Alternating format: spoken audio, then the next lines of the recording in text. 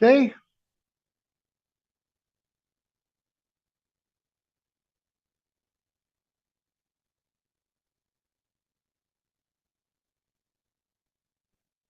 Léo, posso ir, não é?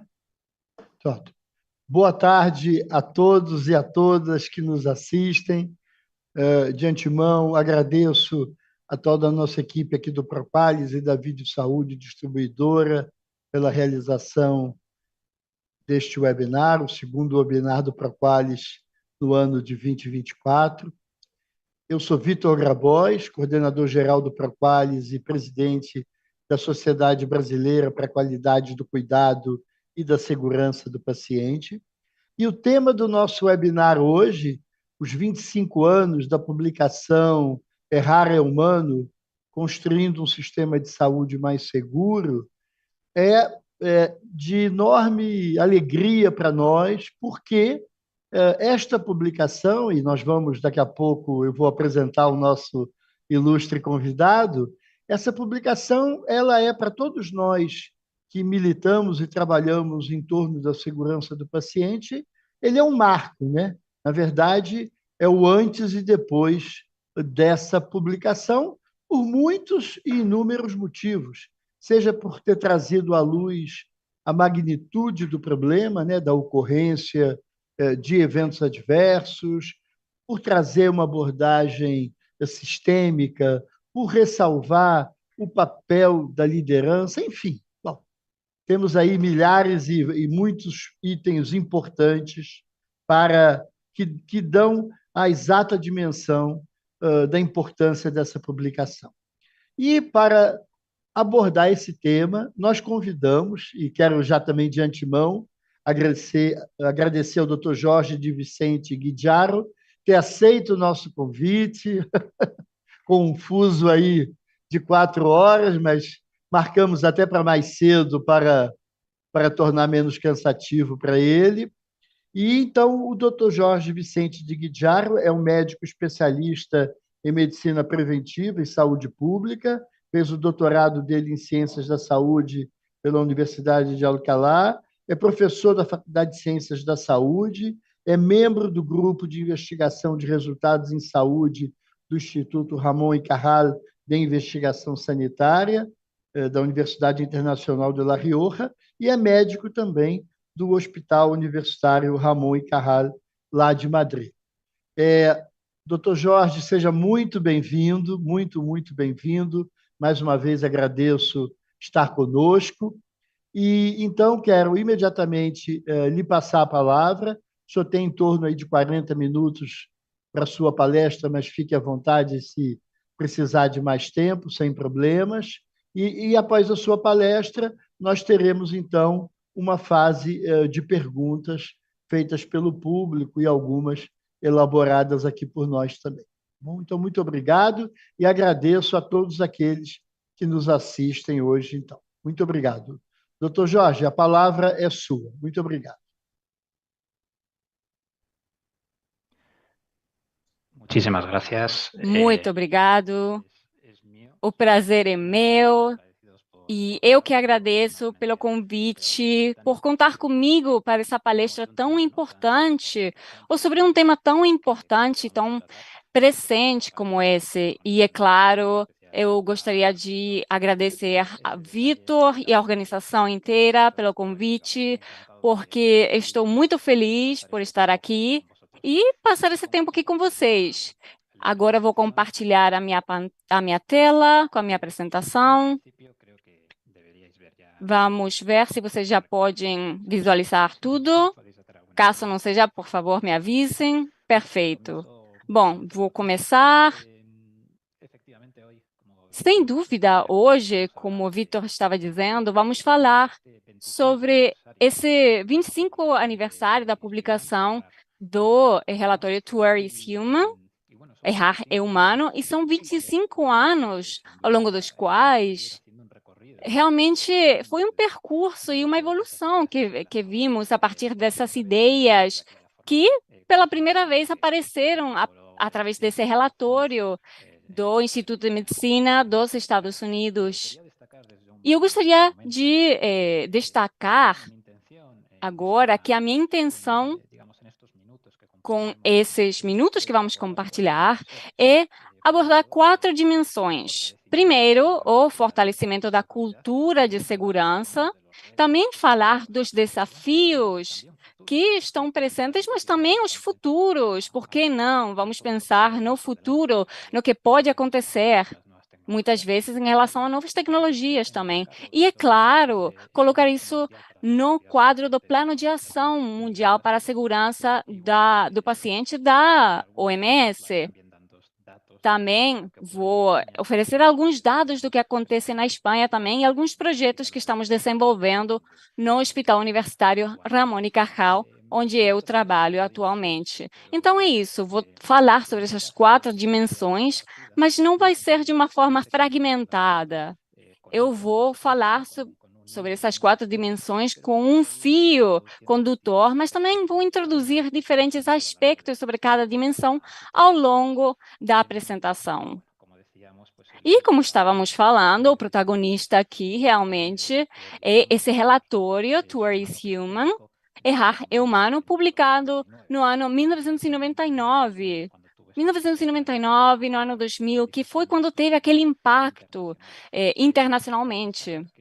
E devemos destacar que realmente foi um antes e um depois. E aqui vemos um gráfico que representa isso a partir da publicação do Steelbooks no Medical Journal, no ano 2006.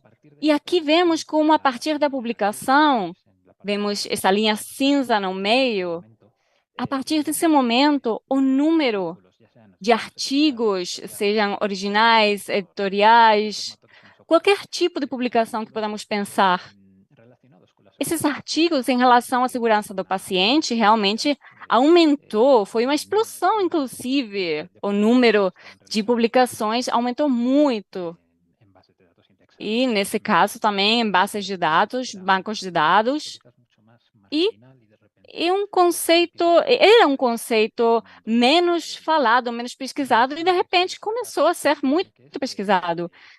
E, embora esse relatório, esse documento do ano 99, antes disso, já estava sendo pesquisado esse tópico, e todos os dados eram importantes, todas as abordagens incluídas nesse relatório.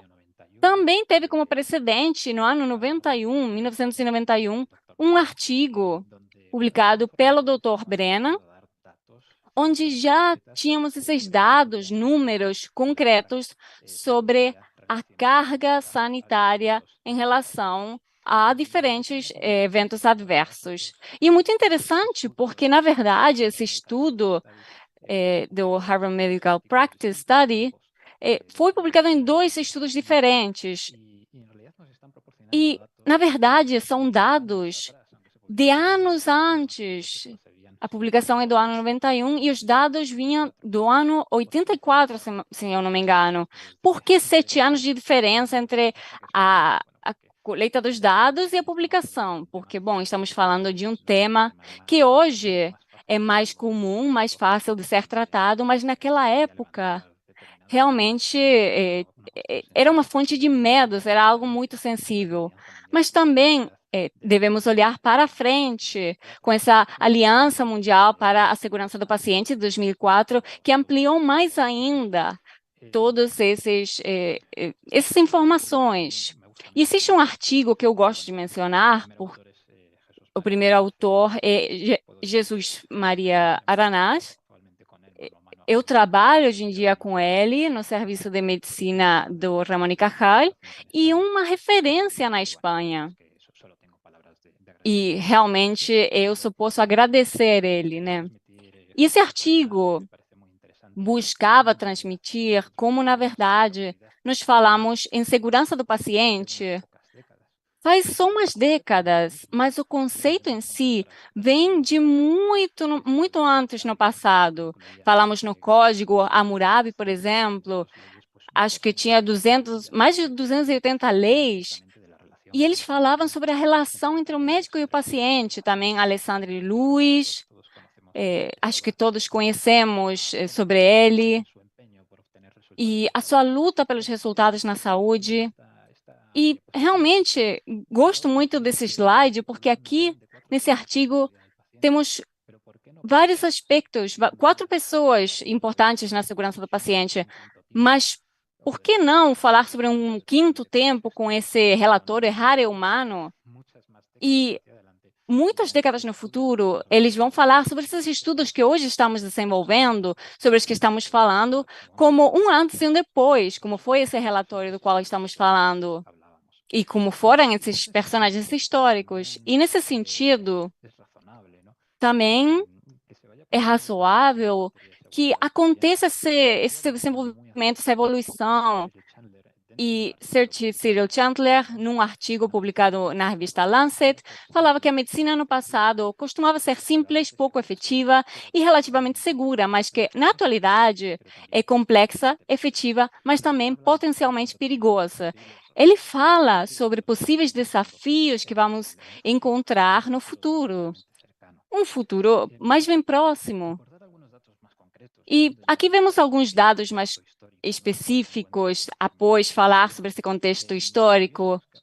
Se tivéssemos que colocar aqui alguns dados específicos da situação atual, aqui podemos ver algumas das mais importantes. Vem do relatório que podemos ver na tela, de Board on Healthcare Services, da Academia Nacional de Ciências dos Estados Unidos, e fala que 10% dos pacientes poderia sofrer um evento adverso no hospital.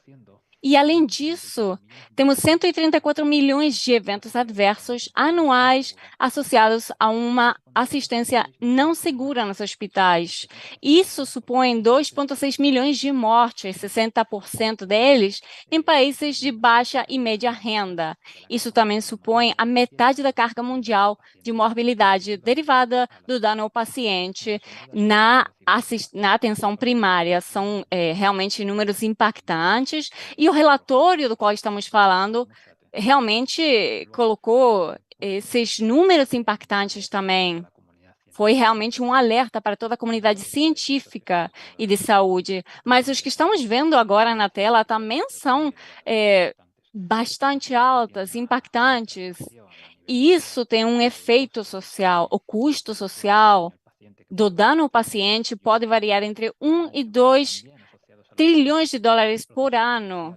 E, além disso, temos muitos processos judiciais por erros médicos, por falhas no sistema, que é um custo, um sobrecusto econômico muito significativo. E nos diferentes estudos que foram desenvolvidos para tratar de tentar definir qual pode ser o valor mais próximo à realidade quanto à incidência dos eventos adversos. Talvez temos aqui esse meta-análise, temos vários, para tentar calcular a quantidade de eventos adversos. Todos eles têm seus limites, é claro, mas aqui podemos ver com uma amostra bem ampla. E também pode combinar diferentes médios, como podemos ver na tela, diferentes unidades de terapia intensiva, hospitais, atenção primária. E fazendo essa análise global, realmente vemos uma prevalência de entre 5% e 7%, com um intervalo de confiança de 95%. Ou seja, 6% de eventos adversos como prevalência no nosso setor. É um dado bastante alto. No nosso caso, eu gostaria de destacar esse estudo porque é atual, é bem atual. Foi feito no Hospital Universitário Ramón y Cajal, em Madrid, e foi o primeiro estudo na região de Madrid em relação a esse assunto. Houve uma cooperação com 34 hospitais públicos. Depois vou falar um pouco como funciona na Espanha, mas temos um sistema nacional público de saúde e o peso da saúde é realmente público. Temos esse sistema universal. E o fato de contar com 34 hospitais, sempre com algumas diferenças, mas que eram mais ou menos parecidos com o mesmo modelo de gestão, isso permitiu ter mais de 9.000 pacientes nesse estudo para realmente pesquisar sobre esses eventos adversos. E temos um resultado de 11,9%. É um resultado interessante, porque é bem atual, é claro, e fica por em cima, é mais alto que aquele que já vimos. E ainda mais atual, temos um outro artigo, um estudo que tem, eu acho que um ano, publicado em The New England Journal of Medicine, de David Bates, e aqui foram analisados 2.809 internações hospitalares e encontraram pelo menos um evento adverso em até mais de 23% dessas internações. E eu acho que isso chama a nossa atenção, porque passaram-se 25 anos desde aquele relatório e, mesmo assim, esses números continuam sendo altos. Um em cada 4 pacientes internados poderia sofrer um evento adverso ao longo do processo no hospital. Enfrentamos também novos desafios, que eu vou falar na sequência, que tem uma área muito grande pela frente para ser explorada, principalmente os episódios clínicos que o prescritor acaba fazendo para um teste, um exame, enfim, uma solicitação médica. E não existe nenhum procedimento científico que esteja livre de erros, todos eles têm um risco intrínseco. Então, isso vemos em intervenções cirúrgicas, em outros procedimentos, com um grau maior ou menor de risco. Portanto, estamos submetendo o paciente a possibilidade, a um risco que poderia ter sido evitado, por exemplo. Nesse sentido, como só ia acontecer em várias áreas acadêmicas,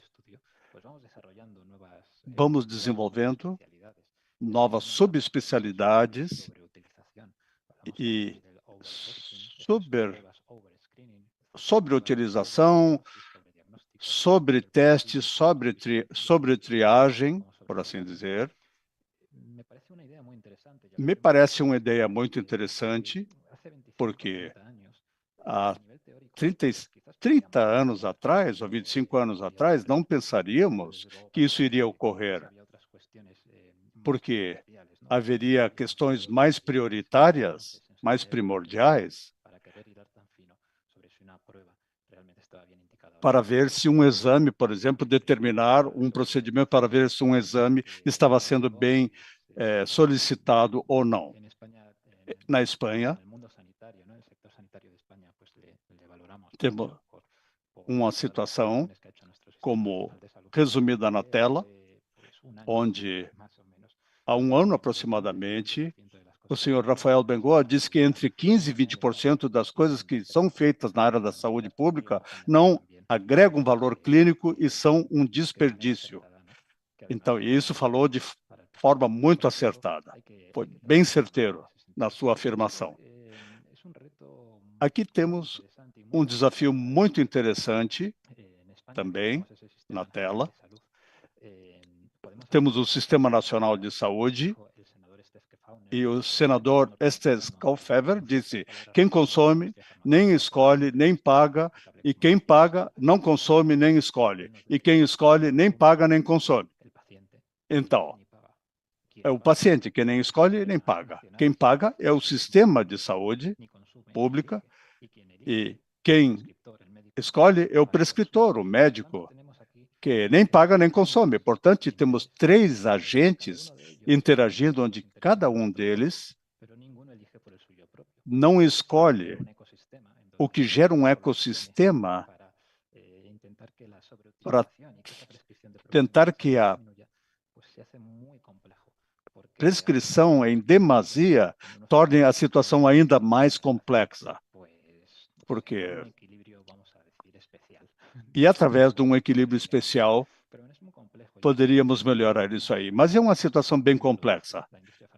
Quem produz, a indústria farmacêutica, autoriza o plano de saúde, que autoriza que se faça um exame, etc., estão intricamente relacionados. Nesse sentido, acho que é um desafio para os próximos anos entrosar todas essas partes e atendendo o arcabouço taxonômico na área da saúde. Então, supõe-se que seja benéfico para o paciente também. Então, por definição, o nível de segurança que deve ter o paciente não deve conduzir e não deve ser exposto a nenhum efeito adverso, portanto. Então, nem todo procedimento como tiroidectomia pode levar a sequelas, e elas poderiam ser evitadas. E não existe nenhum procedimento que não corra o risco de deixar sequelas. Então, imaginemos agora que, num exame oncológico, por exemplo, muitas vezes haverá necessidade de indicar exames confirmatórios. E aí temos eventos em cascata. E isso também é um âmbito que temos que ter presentes. Nosso hospital universitário Ramon y Cajal, realizamos um estudo para ver a prevalência das admissões ao hospital segundo os fatores de risco intrínsecos ao paciente e seguindo uma abordagem epidemiológica. E tentamos dar uma volta mais ao parafuso, por assim dizer, que foi analisar, dentre os pacientes que tinham sido admitidos de forma correta ao hospital, que apresentaram efeitos adversos, nos permitiu chegar a um valor de correlação, que nos disse que era um número superior a 3. Então, aqueles pacientes que apresentaram um evento adverso 3 vezes maior do que outros pacientes em situação diferente. Portanto, quando aplicamos uma análise correlacionando com dados de Londres, por exemplo, sobre os eventos adversos, deveríamos também ver a estadia, a permanência no hospital dos pacientes também como uma outra variável a ser considerada. Aqui temos também o BMJ, os 2 números, e a sobreposição de corticoides, e o sobrediagnóstico, que é prejudicial à saúde, efetivamente. Temos que considerar esses fatores. Tudo isso, ao final,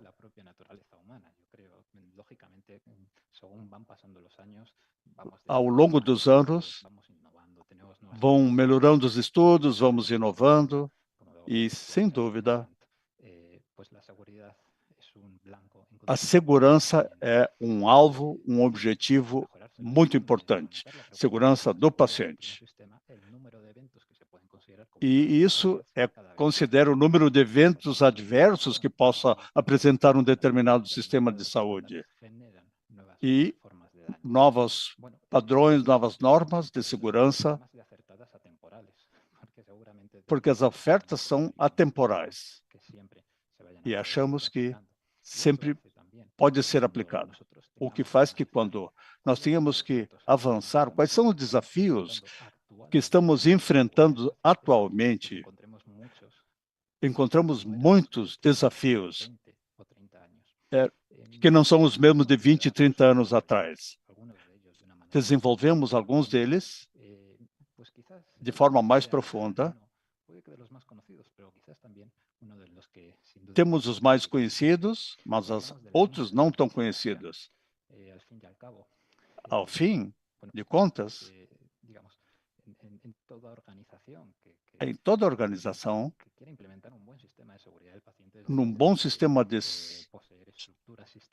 segurança do paciente, os próprios profissionais deverão se afastar de qualquer fator que possa ser disruptivo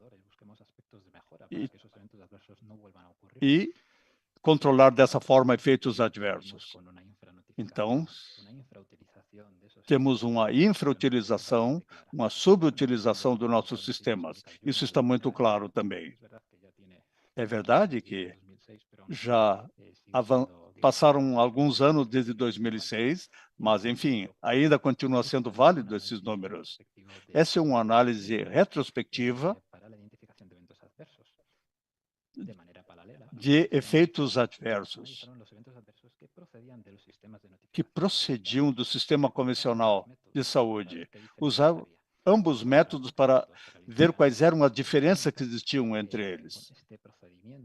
E esses procedimentos, até 93,5% de todos os efeitos adversos encontrados no estudo eram considerados.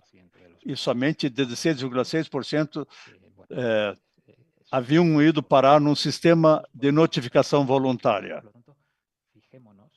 Então, seria 83% dos eventos adversos não eram notificados. Muito bem, a conclusão é clara. Há uma subnotificação e devemos encorajar o sistema de saúde a usar todas essas ferramentas de notificação e outras. Portanto, mas também não podemos deixar de lado que os profissionais que trabalhamos com a segurança do paciente, que recomendamos o uso de metodologias diversas, recomendamos ferramentas muito diversas.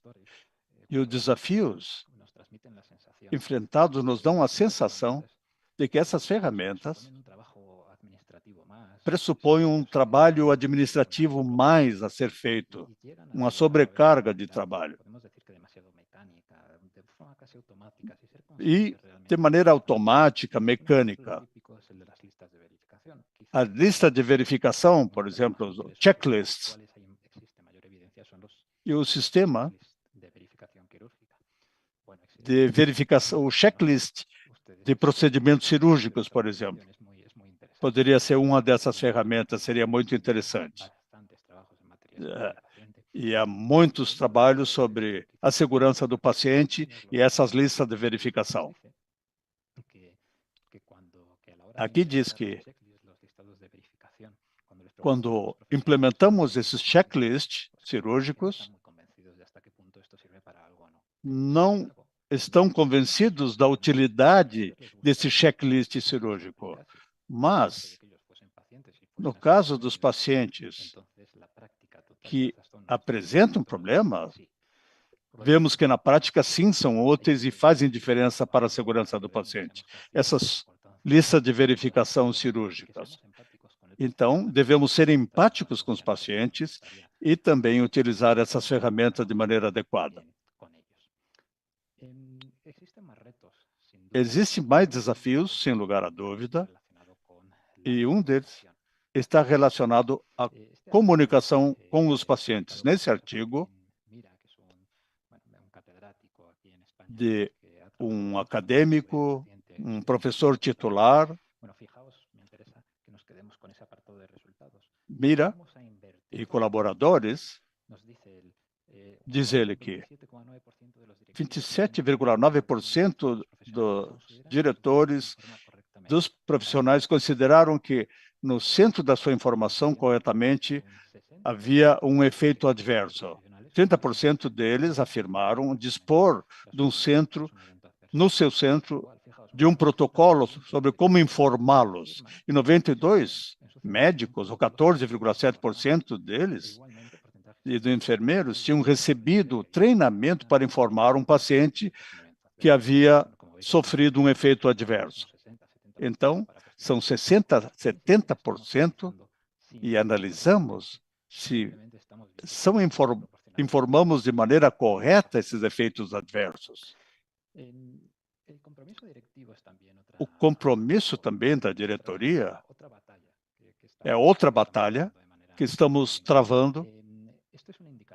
Esse aqui é um indicador do Sistema de Segurança na Saúde. E aqui diz que no Sistema Nacional de Saúde, do Ministério da Saúde e Consumo, conclui que entre os problemas prioritários para o Sistema Nacional de Saúde em segurança de pacientes e gestão de riscos, encontra-se o caso de melhoria de qualidade de pacientes. Os pacientes devem participar da gestão de riscos também.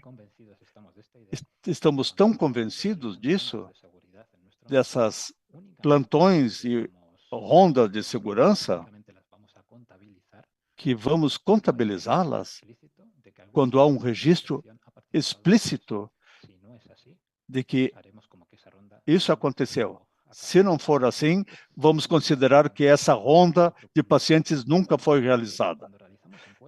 E quando fazemos uma pesquisa, uma enquete sobre os pacientes, somente 36% dizem que a equipe de diretoria promove essa cultura da segurança. Para concluir com essa pequena parte desse desafio que temos, observem esse outro artigo, onde foram feitas 12 entrevistas, apontando as responsabilidades dos centros de saúde.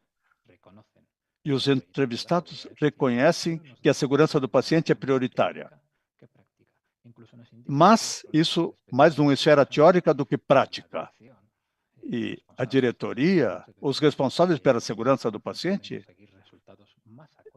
tentavam obter resultados mais a curto prazo. E não trabalhamos tanto no longo prazo, que às vezes leva anos. Inclusive, os entrevistados dizem uma coisa muito interessante. Dizem que, lamentavelmente, pode ser um valor positivo listar e apontar os problemas, mas isso dá uma maior carga sobre o paciente.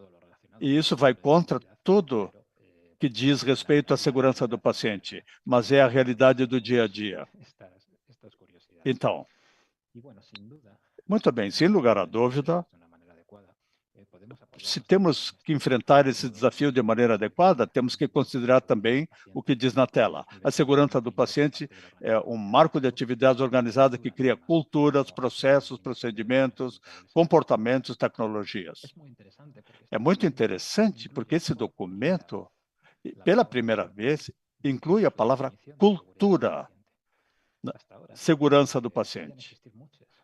Poderiam haver muitas outras culturas de segurança do paciente, mas observem que agora é uma cultura, um marco de atividades organizadas que cria culturas, processos, procedimentos, comportamentos, tecnologias e entornos no atendimento da saúde que diminuem o risco de forma constante e sustentável e reduzem a aparição de danos evitáveis. A segurança do paciente, muitas vezes, acontece dentro das unidades de qualidade do centro sanitário de saúde. Agora, não é mais um objetivo, mas é algo que o paciente merece.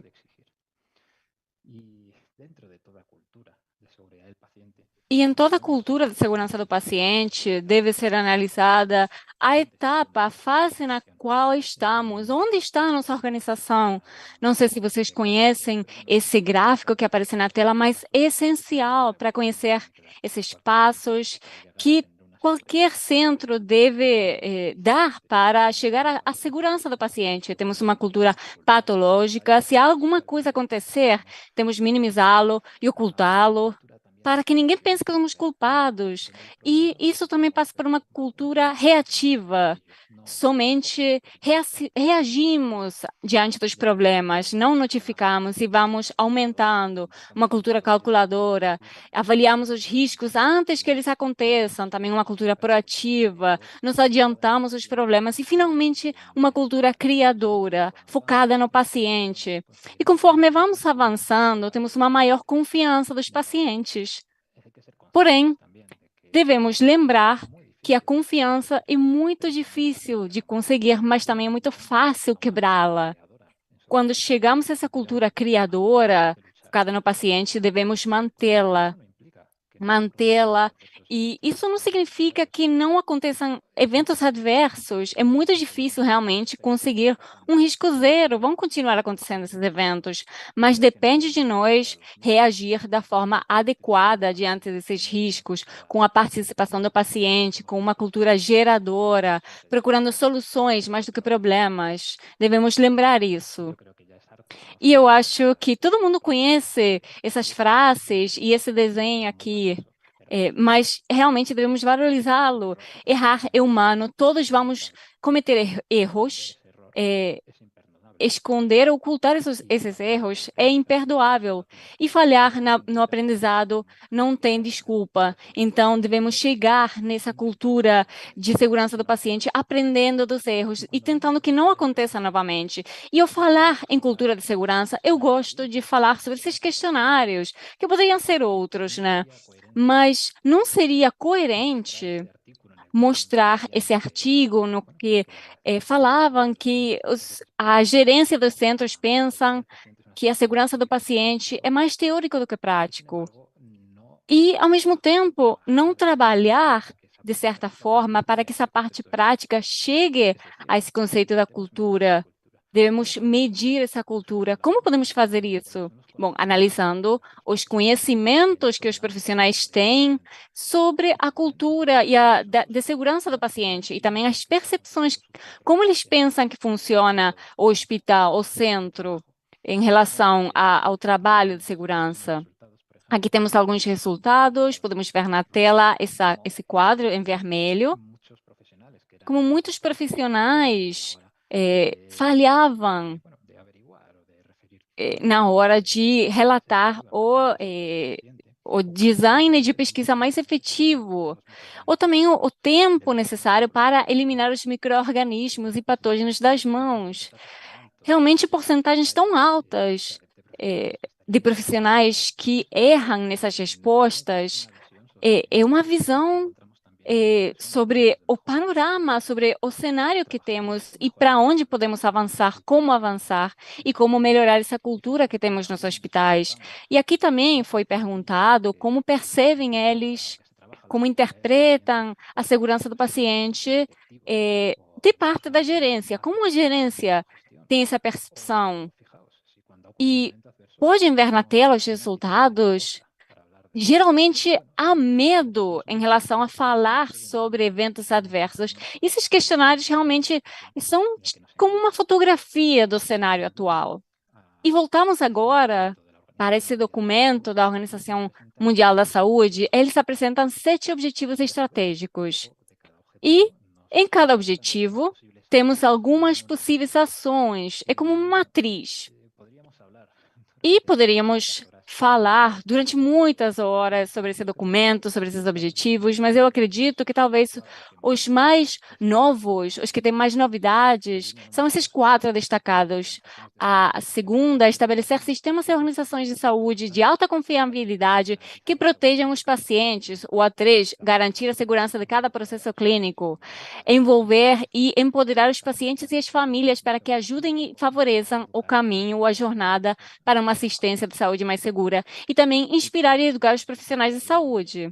Aqui temos essa resolução, essa tabela, a Organização Mundial da Saúde realmente coloca alguns possíveis passos que podemos seguir e talvez a nossa organização já respeita o 4.1 ou 3.2, mas com certeza existe algum aspecto que podemos melhorar.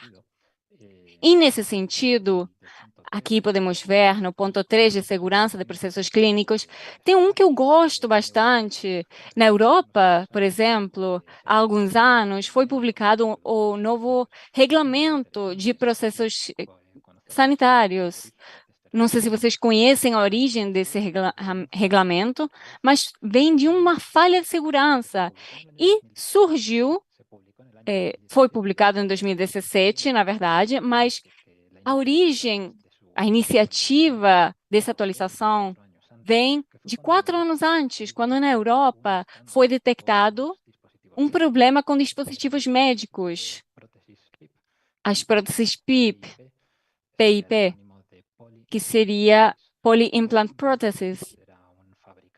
Era um produtor francês que realmente fabricava essas próteses mamárias e as autoridades europeias perceberam que estavam vendendo essas próteses com um material, um silicone, que não era exatamente o mesmo que declararam. Era um silicone com um maior risco de rotura. E muitas pacientes que receberam esses dispositivos tiveram problemas oncológicos, reconstruções, e foi realmente um problema grave. Teve muita repercussão. E pensando também como funciona a União Europeia, um produtor francês, quando tem autorização de qualquer país na Europa, pode comercializar o produto no continente inteiro. Então, a revisão que teve que ser feita foi muito exaustiva. Estamos falando de milhares de pacientes afetadas e muitas delas com processos oncológicos também. Então, a Comissão Europeia falou, bom, de certa forma, precisamos ter uma lei, uma norma com maior segurança, que estabeleça uma maior segurança. E não 100%, mas tentar que esse documento que existe atualmente seja aplicada também para produtos sanitários. E esse novo documento, que foi realmente uma mudança muito importante, vem de um problema de segurança, essa regulamentação. E também temos um dos maiores desafios, porque quando falamos em dispositivos médicos, como o exemplo que falei agora, que mencionei, também podemos falar de tudo isso que estamos vendo na tela. Software, inteligência artificial, Big Data, todos esses algoritmos. Pelo menos na Europa, esses são produtos sanitários, como tem aplicações médicas. Então, isso precisa ser avaliado, precisa ser mostrado que são seguros. E, como Charles Vincent falava, falando que a segurança do paciente é um blanco móvel, realmente, há alguns anos não existiria essa preocupação com a inteligência artificial, mas hoje em dia, realmente, precisamos garantir a segurança dessas novas tecnologias. E aqui também devemos falar sobre a participação dos pacientes e as famílias. E existe um artigo que eu gosto de mencionar, de Carlos Ibarra Ramón, da Espanha, sobre como fazer uma análise em relação às medidas mais efetivas para que os pacientes fossem ativos, especialistas em segurança do paciente. E são muitos conselhos, muitas medidas, mas eu gostaria de destacar essas que aparecem na tela. Implementar medidas que facilitem e promovem que o paciente pergunte aos profissionais. Realmente, uma comunicação nas duas direções.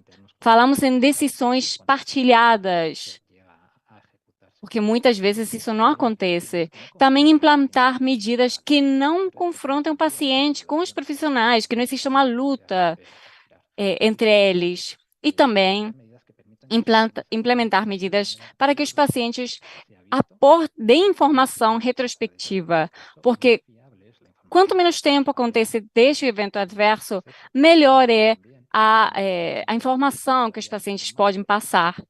E também a precisão dessas informações aumenta em muitos processos que acontecem, ferimentos. É importante isso daqui. E temos uma outra frase que o autor fala sobre a participação do paciente, segurança do paciente. Para conseguir isso, devemos falar sobre a nossa segurança também. quando nós nos consideramos pacientes, porque todo mundo vai ser um paciente em algum momento da sua vida, certo? Então, devemos pensar também na segurança que nós vamos receber algum dia.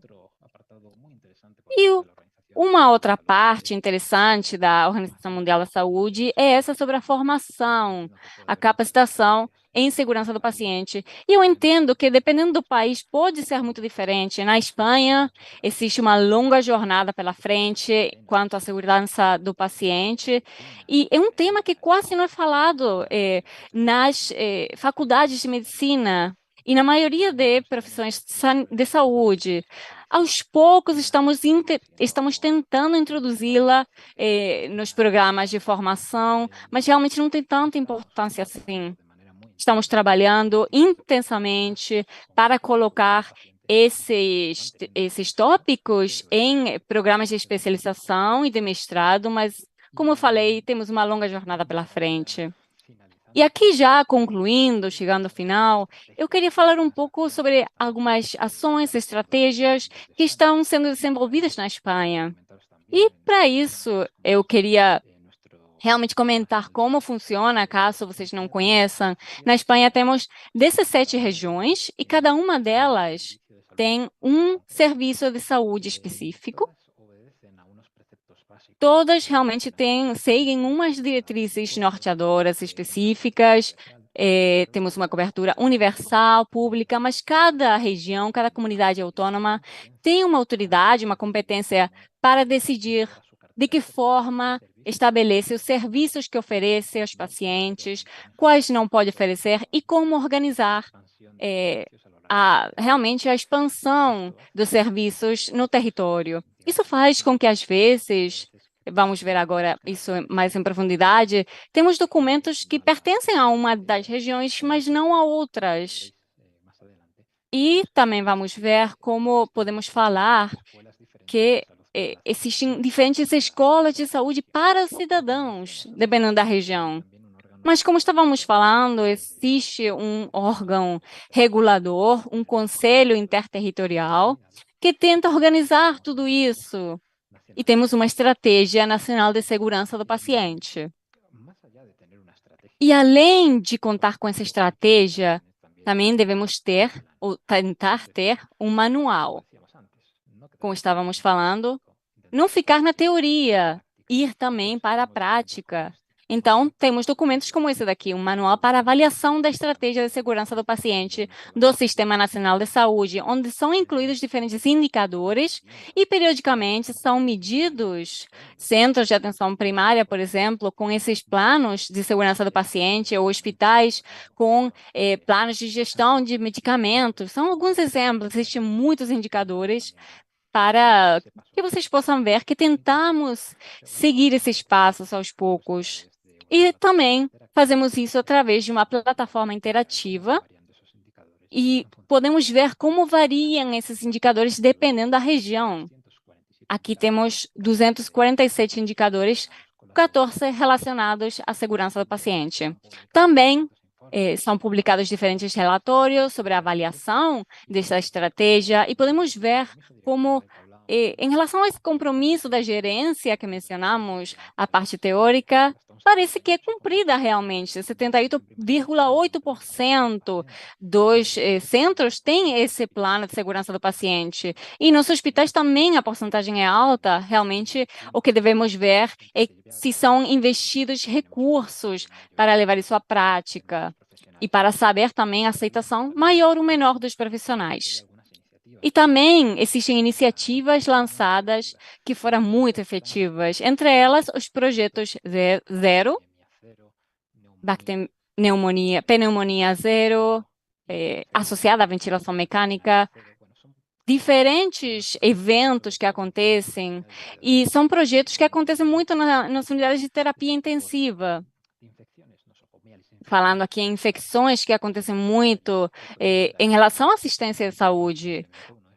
E vemos como no momento em que foi implementado esses planos, essa incidência de pneumonias associadas à ventilação mecânica, por exemplo, se reduziu até ficar com uma estabilidade entre 4% e 5%. Aqui também quanto à evolução temporal dos leitos de UTI com base hidroalcoólica. Realmente, vamos além do 90%. Podem ver isso na tela. E aqui temos algumas logos dessas iniciativas. E, além disso, tentamos abordar isso com uma perspectiva ampla, com programas de cirurgia segura do Sistema Nacional de Saúde, com documentos de apoio, como esse que aparece aqui, sobre listas de verificação ou checklists cirúrgicos. E também quero destacar, e isso poderia ser mencionado entre esses desafios dos que estávamos falando mais cedo, as iniciativas em relação às segundas e terceiras vítimas. Eu imagino que todos conhecem esses conceitos, que vocês trabalham com esses conceitos, mas vou mais ou menos destacar o que é, porque eu acho que também devemos trabalhar nessas questões para ter uma cultura de segurança integral. A primeira vítima, é claro, é o paciente, é quem sofre o dano, isso não podemos discuti-lo, mas entendendo que qualquer profissional envolvido num processo ou evento adverso não faz isso por vontade própria, realmente é um erro. É um erro que poderia ter sido evitado. E essa pessoa teria tentado evitá-lo. Entendendo isso, esse profissional envolvido nesse evento adverso também pode sofrer alguma sequela emocional. E, às vezes, quando o paciente realmente apresenta uma reclamação, uma queixa formal, durante anos tem que lidar com esse processo. E falamos sobre um profissional que pode ser considerado uma segunda vítima. A primeira vítima é o paciente, mas o profissional também pode precisar de um apoio. É uma segunda vítima. E também podemos falar em profissionais que, por se ver envolvido nesse tipo de circunstância, tenta evitá-las, tenta não trabalhar com pacientes mais complexos ou utilizar técnicas invasivas, porque se acontecer alguma coisa, vai realmente sofrer esses efeitos emocionais. Então, são segundas vítimas. E terceiras vítimas, falamos sobre a instituição nesse caso. Quando acontecem esses eventos adversos, que muitas vezes tem uma repercussão mediática também, esse centro ou essa instituição tem uma perda de prestígio. Então, essas segundas e terceiras vítimas, temos esses termos que em alguns círculos, em alguns contextos, não foram recebidos de forma positiva, porque parece que estamos igualando a primeira vítima com o profissional, que é a segunda vítima, ou a instituição, que é a terceira. Então, não é esse o objetivo, mas devemos pensar nessas outras vítimas, pensando em não focar na culpa, e sim no aprendizado. Existe esse documento nacional, e vocês podem até acessar através do site que aparece na tela, mas ainda temos uma longa jornada e muitas coisas que devemos trabalhar. Também é importante falar, já concluindo, fechando, que no nosso sistema de saúde da Espanha, cada comunidade autônoma, cada região também impulsionou a criação de escolas de saúde para cidadãos, escolas interativas com plataformas web, que oferecem aos pacientes ferramentas para que possam realmente lidar com doenças crônicas, também um autocontrole dos pacientes com diabetes, por exemplo, ou com hipertensão, realmente para que eles tenham recursos e sejam pessoas ou pacientes com inteligência, que não tem essa barreira realmente entre o sistema de saúde. Eles vão conhecer tão bem o processo de saúde que vão poder falar com os médicos, com os profissionais de saúde, para evitar essas falhas que possam acontecer. E também tentamos ir além, que os pacientes especialistas formem, capacitem outros pacientes com o mesmo diagnóstico, que seja mais recente. Também gostaria de falar que quando falávamos sobre o fenômeno, fazemos testes, exames que não são necessários, e isso se traduz num evento adverso. Temos também algumas estratégias internacionais. A primeira foi a do Instituto Nacional de Saúde e Excelência do Cuidado, que, sendo sinceros, não surgiu com o objetivo de oferecer mais segurança aos pacientes, mas para conter as despesas públicas em relação aos centros de saúde. E, sem dúvida, quando conseguimos evitar esses testes não necessários, estamos ajudando os pacientes. E eles têm uma estratégia bem interessante. Se nós estamos elaborando esses guias de práticas clínicas, falando aos profissionais o que eles devem fazer, por que não incluir nesses guias também o que não devem fazer, o que eles não devem fazer, além do que eles devem fazer? Então, eles incluíram tudo isso. Temos as recomendações negativas, que poderíamos falar desse jeito, e foi um sucesso. Nos Estados Unidos, por exemplo, teve uma fundação, a Beam Foundation, que, através de uma editora, de Brody, lançaram um desafio às diferentes associações científicas dos Estados Unidos. E o desafio era: cada uma das sociedades científicas devia aportar uma lista com 5 práticas realmente habituais, frequentes, que poderiam supor um risco para o paciente. E foi um sucesso também. Muitas sociedades científicas realmente trabalharam nisso. E eles, inclusive, colocaram diversas soluções para esses problemas. E tinha, muitas vezes, uma justificativa com evidências. Então, Choosing Wisely, que é o nome, teve muito sucesso. Na Espanha, se eu não me engano, Choosing Wisely também tem uma versão no Brasil, não tenho certeza, mas parece que eu já li alguma coisa. Não sei se vocês já conhecem, imagino que sim. Na Espanha também foi lançada uma iniciativa parecida, semelhante, o compromisso pela qualidade das sociedades científicas com as práticas que não devem ser realizadas porque podem supor um risco para o paciente. Aqui temos alguns exemplos na tela, na esquerda, as recomendações da Associação Espanhola de Urologia. Temos a estrutura: não realizar um TAC, são realmente não tratar a bexiga hiperativa. Temos diferentes frases bem diretas. E à direita, o Choosing Wisely, com 3 recomendações que eu acho que não dá para ler direitinho, mas recomendações da Academia Americana de Neurologia sobre práticas que não devem ser realizadas. E para fechar, aqui, eu acho que é o último slide, comentar que existe uma solução que desenvolvimos aqui no serviço do Hospital Universitário Ramon y Cajal, e o que fizemos foi desenvolver um aplicativo para smartphones, sejam Androids ou de Apple, e é tipo um jogo. Aqui na Espanha chamamos de Trivial, é tipo um jogo de mesa.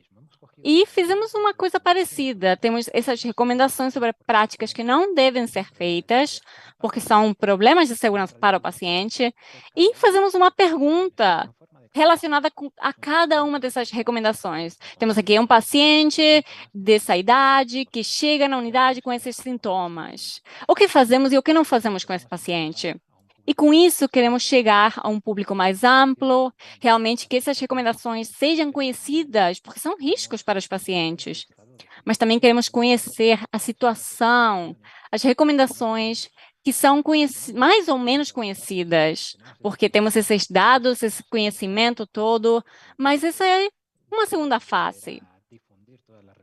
Realmente difundir, publicar essas recomendações e reforçar as que são menos conhecidas, ser mais diretos, mais específicos com essas ações. E, é claro, se alguém quer conhecer esse aplicativo, é de graça, vocês podem fazer download e realmente queríamos fazer uma tradução para outros idiomas, como o inglês e até o português, por que não? Então, estamos trabalhando nisso, e seria um prazer. E era isso, muitíssimo obrigado. Obrigado, Victor. E estou aqui para responder qualquer pergunta e fazer qualquer comentário que seja preciso. Muito obrigado.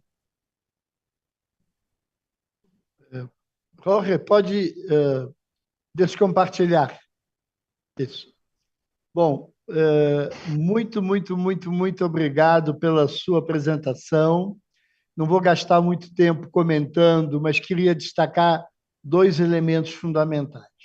Primeiro, com que habilidade e com que profundidade você consegue fazer o diálogo, que eu acho que é um diálogo indispensável entre a dimensão da qualidade, a dimensão da segurança do paciente com outras dimensões da qualidade, né?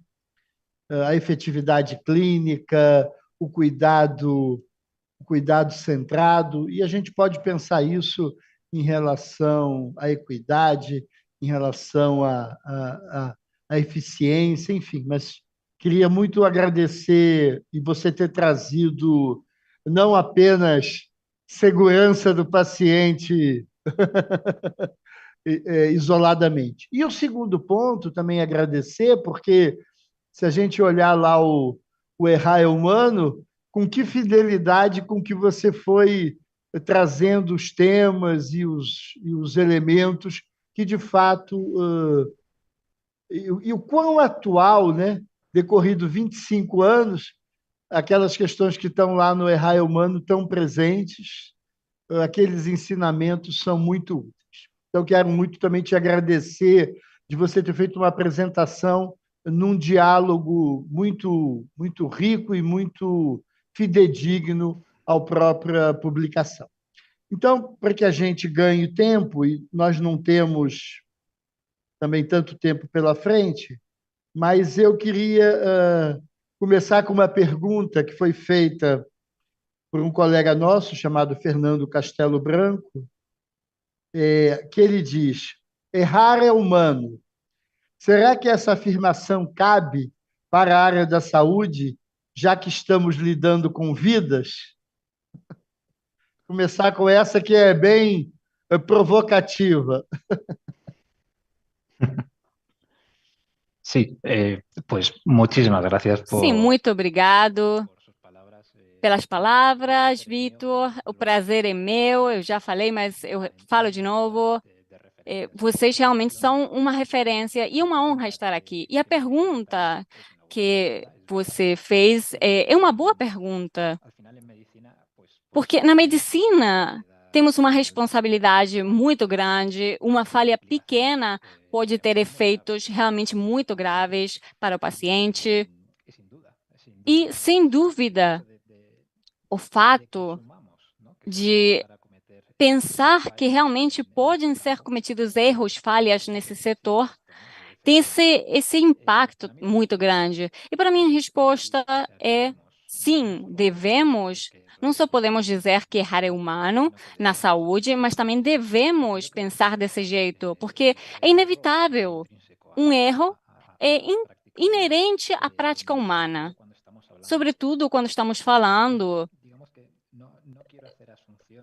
Não quero realmente supor coisas que possam variar ou não sejam confiáveis, mas vamos pensar num médico que está numa consulta e tem 30 pacientes por dia, 5 dias na semana. Isso na Espanha acontece e os números podem até ser mais altos. São 150 pacientes na semana. E pensando no ano, no mês, realmente são milhares de pacientes. E podemos imaginar que esse profissional comete um erro a cada 1.000 pacientes, ou 10.000, não sei, estou aqui inventando. Realmente temos uma taxa de sucesso muito alta. É estranho realmente achar que um profissional tem esse sucesso, mas essas falhas acontecem, é lógico. Os seres humanos cometemos erros e os sistemas têm falhas. Existe essa diferença entre o erro e a falha. Mas, de qualquer jeito, o paciente, em algum momento, pode sofrer esse dano. E vocês podem lembrar, talvez vocês lembrem, o modelo de queijo suíço, que tem alguns buraquinhos com diferentes camadas, e falamos que o evento adverso chega no paciente quando já foram superadas, atravessadas todas essas camadas do queijo. Aí chega no paciente. Então, cada camada é uma barreira e devemos lutar para implementar o maior número possível de barreiras, de camadas, e também lutar para que, quando acontecer esse evento, não seja repetido. Aqui também temos a definição dos eventos sentinela, que a gente chama, são eventos adversos tão graves que não podem ser permitidos. Numa intervenção cirúrgica, por exemplo, esquecemos o bisturi, uma gaze. No paciente, dentro do paciente, é um erro com consequências trágicas muito graves para o paciente. Pode ocorrer uma sepse ou até ocorrer ao óbito. E devemos trabalhar para que isso não aconteça de novo. Então, essa definição desse tipo de evento que vem da organização Joint Commission está dizendo também que é verdade.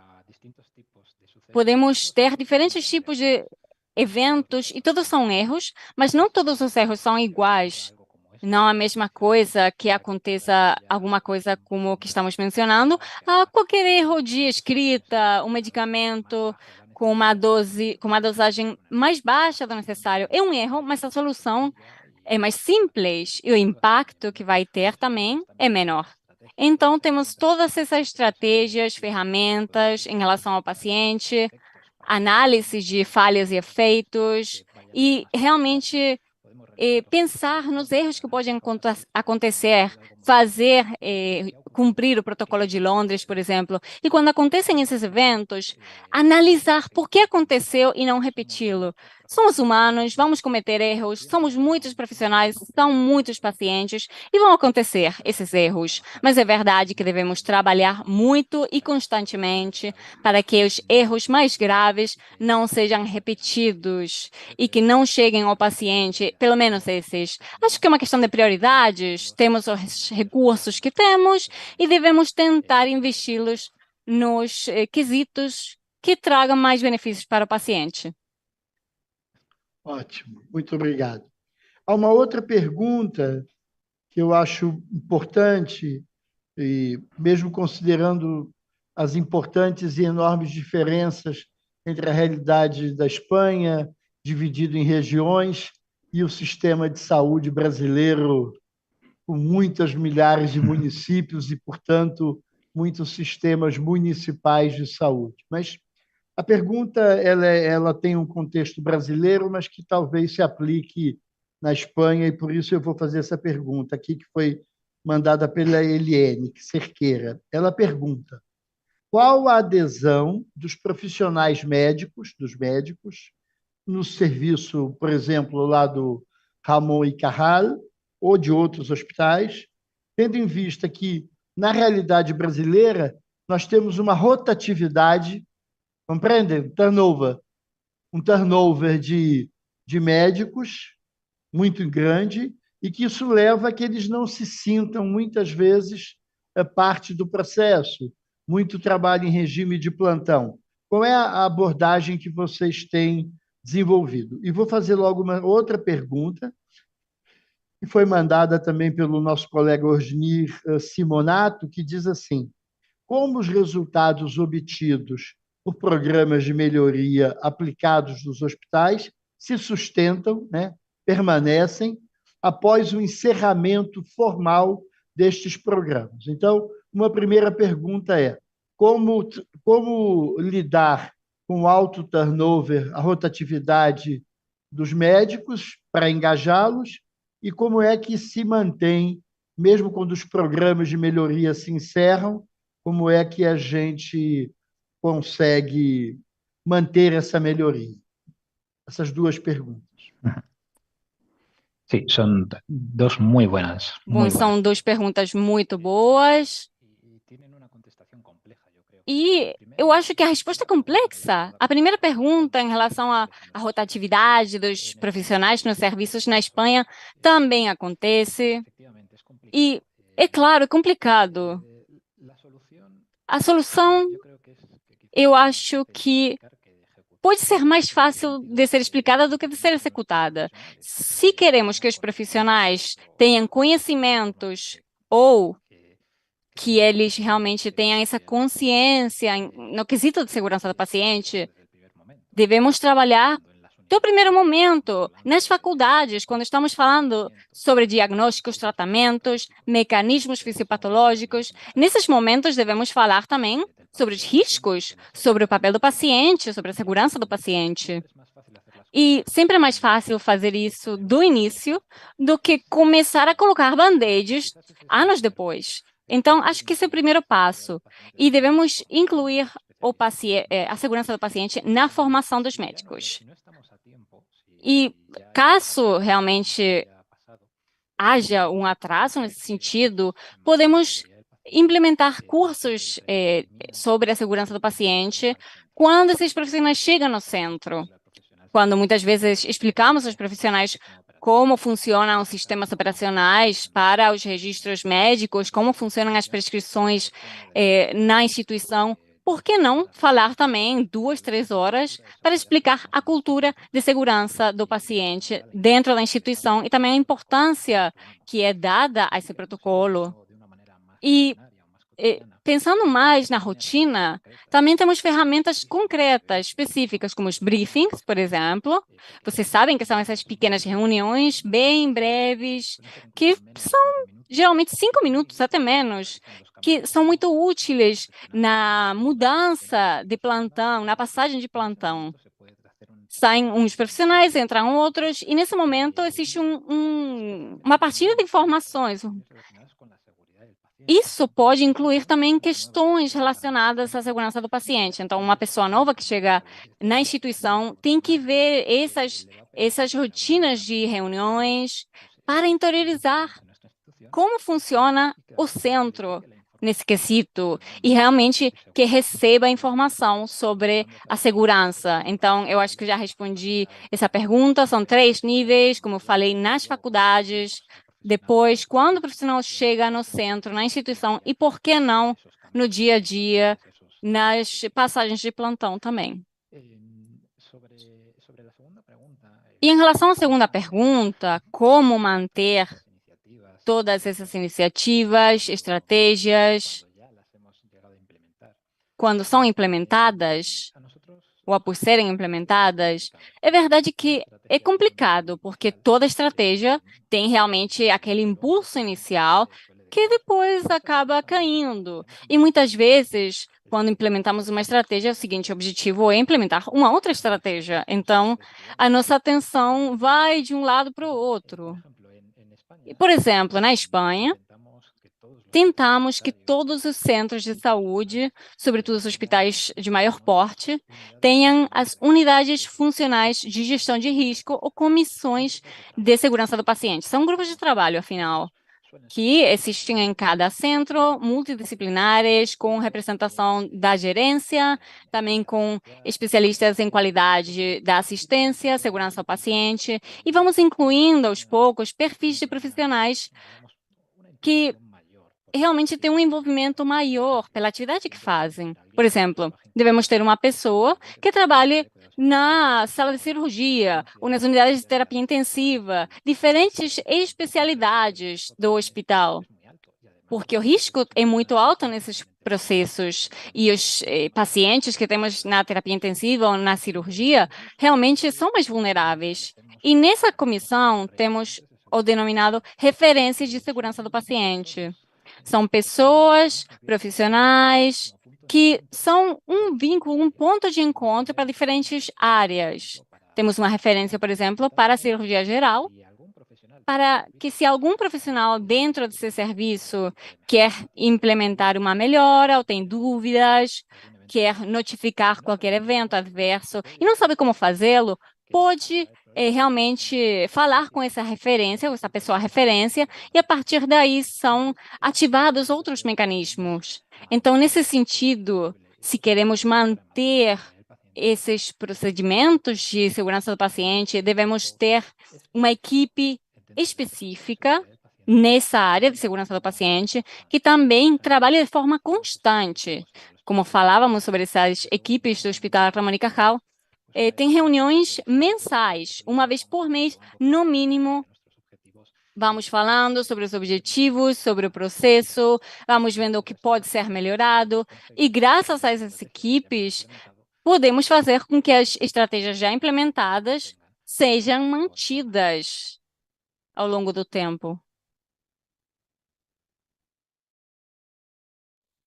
Poderíamos ficar aqui à tarde, à noite e o dia seguinte inteiro, porque nós temos aqui várias perguntas que chegaram, outras que eu também elaborei, mas nós tínhamos marcado aí esse período.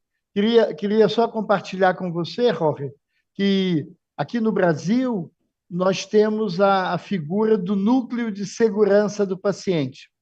Isso foi criado em 2013, a gente tem um programa nacional e temos a figura do núcleo de segurança. Eu fiquei muito feliz em ouvir o que você falou em termos de comitê de segurança ou comitê de gestão de risco, e eu penso que depois, na continuidade, nós podemos trocar informações a esse respeito. Acho que seria muito bom.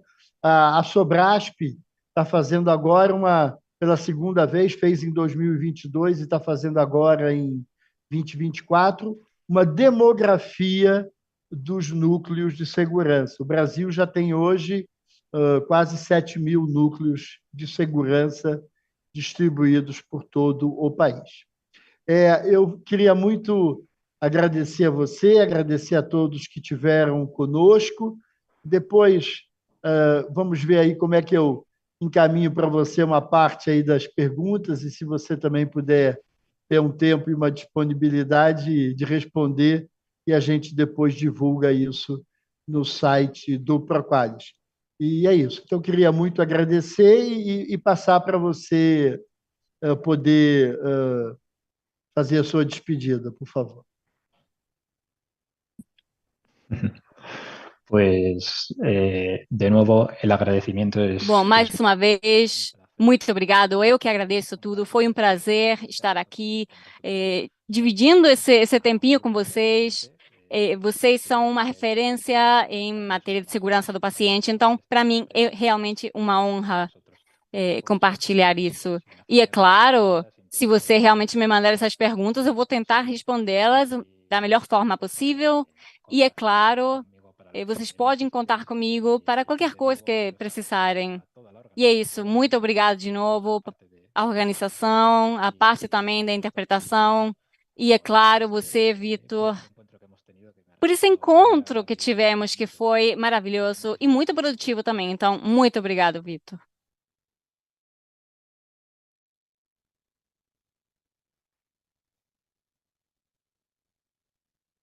Queria comentar também que eu fiquei maravilhado com a ideia das escolas de saúde voltadas aos pacientes.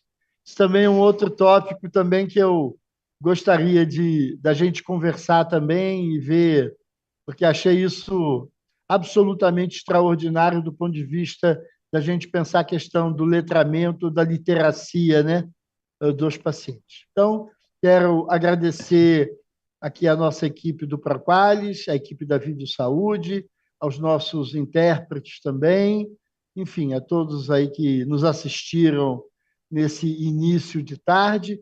Nós hoje fizemos um horário um pouco mais cedo, que talvez tenha entrado um pouco ainda na hora do almoço, mas, enfim, esse horário foi muito importante para permitir um horário adequado a uma atividade de natureza internacional. Muito obrigado a todos e a todas, e aviso que esse webinar já está disponível no canal do YouTube. E vocês, então, que estão nos assistindo, avisem aos colegas também que, na sequência, já podem assistir no horário que acharem mais adequado. Muito obrigado e até logo. E, mais uma vez, Jorge, muito, muito obrigado pela sua presença conosco, que nos honrou, e mais do que nos ter honrado, Foi uma grande sessão, com muita aprendizagem e com muita clareza dos assuntos abordados. Muito obrigado. Até logo a todos e a todas.